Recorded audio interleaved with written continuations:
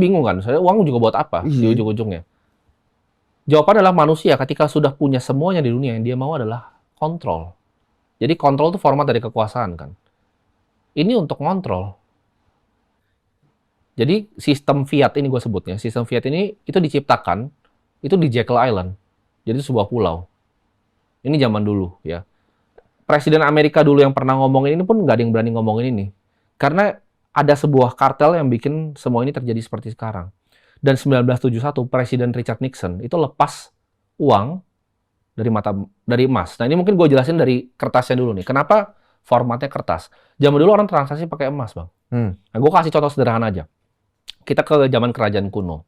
Misalnya Bang Densu itu adalah pekerja sama seorang raja. Bang Densu digaji dengan kepingan emas. Kepingan emasnya itu perlu diinvestasikan nggak, Bang? Perlu.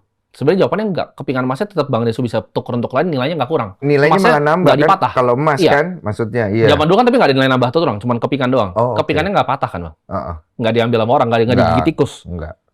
Kenapa kalau sekarang orang bekerja gaji UMR tuh harus investasi, kalau nggak mati? Ya nanti uangnya ya turun. Ada uangnya turun. Itu sama aja emasnya dipotek setengah tiap 3 tahun. Iya. Itu kan sistem yang nggak adil. Iya. Nah, zaman dulu emas. Tapi emas ini akhirnya susah untuk dipecah jadi kecil. Contohnya untuk beli air gini pakai emas terlalu mahal emasnya segini. Iya, dipecah kecilnya susah. Jadi pecah kecilnya pakai kertas. Jadi kepemilikan 1/100 dari emas tadi. Itu kertas tuh awal itu. Jadi kertas tuh sistemnya hutang atau riba. Jadi kertas yang pertama tuh hutang. Ini sampai 1971. Jadi kertasnya sekarang nggak perlu emas nih, Bang. Boleh dicetak bebas. Nah itu udah rusak situ. Bitcoin belum ada waktu itu. Belum ya? Iya, orang banyak lari ke aset zaman itu. Iya kan, di Bitcoin kan emas digital kan ceritanya ya? Bitcoin tuh adalah kripto gitu-gitu. Sama, menurut gua revolusi moneter. Iya, revolusi moneter ya. Iya.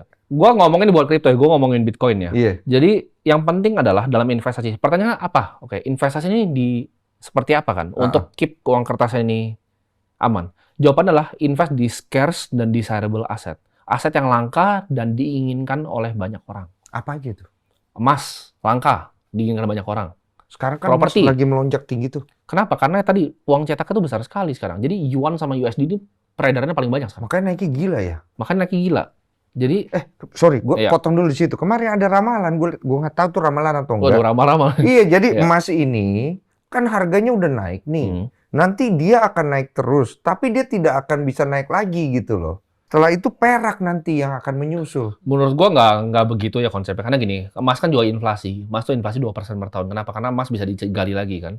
Kalau perak tuh inflasi jauh lebih tinggi dari emas. Iya, tapi bahan baku emas itu kan tidak lebih banyak daripada uang kertas kan? Betul. Jadi